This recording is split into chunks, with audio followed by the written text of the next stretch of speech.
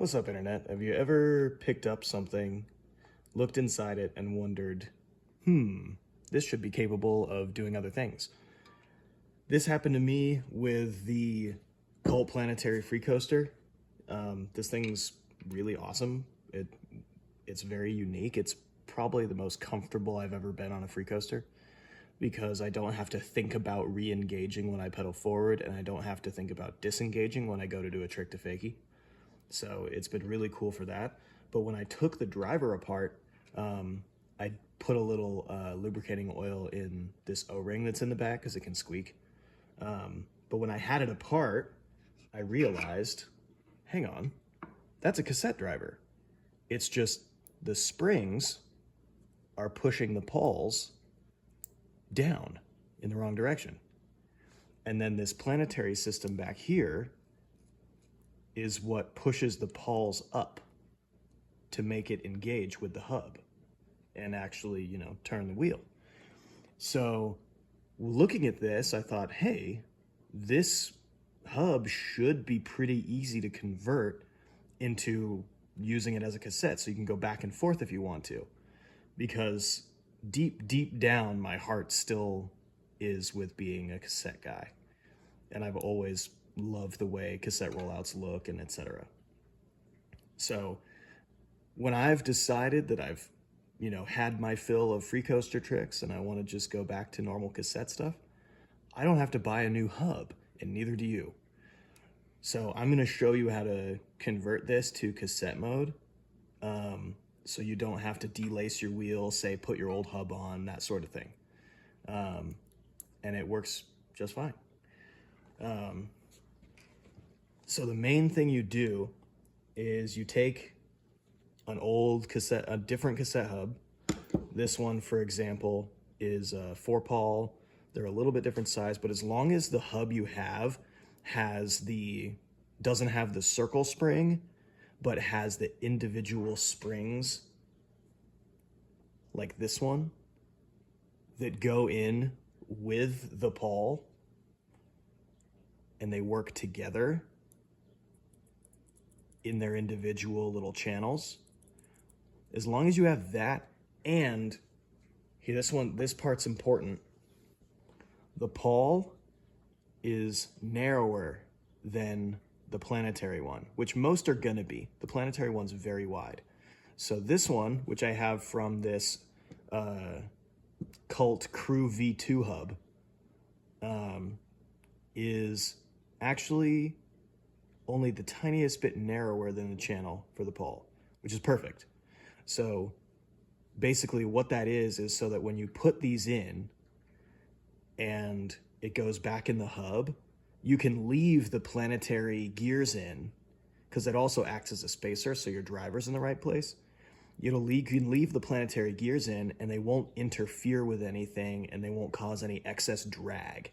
You could do it with these pawls of just putting springs in, but it'll make your hub and your wheel drag a little bit extra and kind of vibrate. So you want to swap out the pawls too for it to work as well as, for it to feel really correct. So we're just going to pull these guys out of here. I might just fast forward this part, we'll see.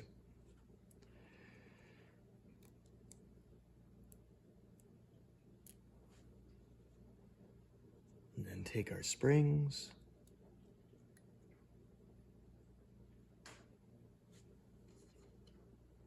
And our pawls. These little clicky guys. Just slide them in there. And these ones are close enough size, which a lot of these hubs are gonna be close enough in the channel size that a lot of pawls are gonna work depending on what other stuff you have. You can always try to go to like an old hub that you might have laying around, or if you have a good bike shop in your area, I go to Vans Bicycle Center in Yuba City. I love those people, they're fantastic. They'll often have spare springs and pawls. So you can go into like a good reputable bike shop, you can probably go in and check different spring and pawl sizes and see what they have until you find something that works good, until you find something that fits. And it's gonna be a hell of a lot cheaper than buying an entire another hub. Say your old cassette, like say your hub shell was wrecked or some other reason that you can't go back to your old wheel, or maybe you gave it away, sold it, whatever, but you still want to go back to cassette. You can do it without spending the extra money, and you can just use this thing for whatever you're feeling at the time. So we throw these guys in. We got some pawls, beautiful. And speak of the devil, didn't have to relace my wheel to the cassette again to have cassette action. And we're just gonna stick that in. And because we didn't have to take the Planetary gear set out,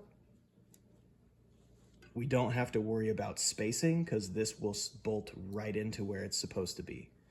And with the right slack and everything, so it's not gonna cause any weird drags or any other kind of weird issues.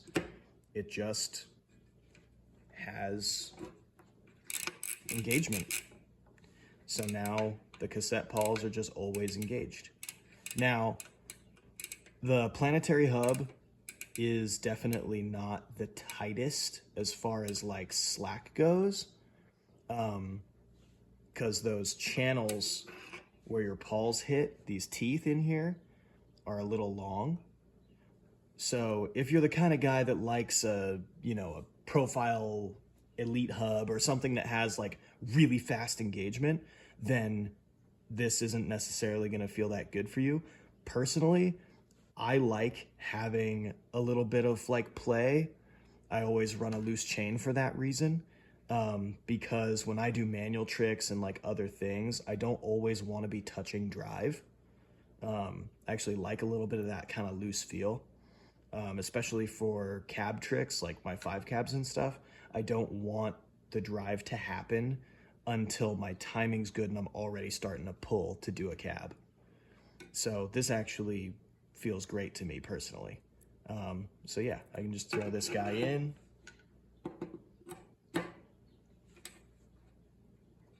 You just kind of pinch the pawls when you're pushing it, and you're good to go. And you throw your old cone nut on,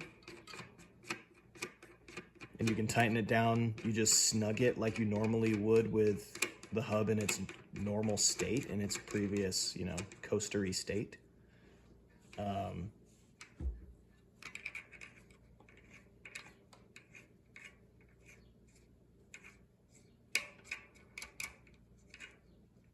I like having grease in my hub because I don't like my hubs being super, super loud. So I'm probably going to take it back apart and do that. But that's how you do it. If you have a Cult Astronomical or a BSD Revolution or any of these other Planetary hubs, and you are not always feeling up to doing the coaster thing and you want some cassette action and you don't want to have a spare wheel laying around, this is a nice, fast, easy way to go back and forth if you want to.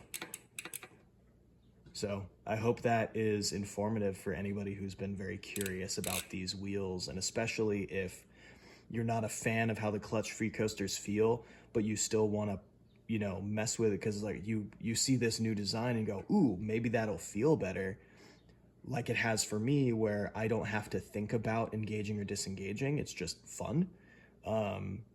But you don't want to fully commit to just being a coaster guy.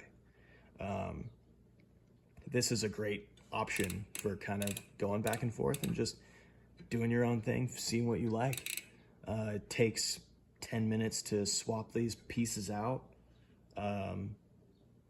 I mean, less than that I probably showed just now, but yeah, that's it.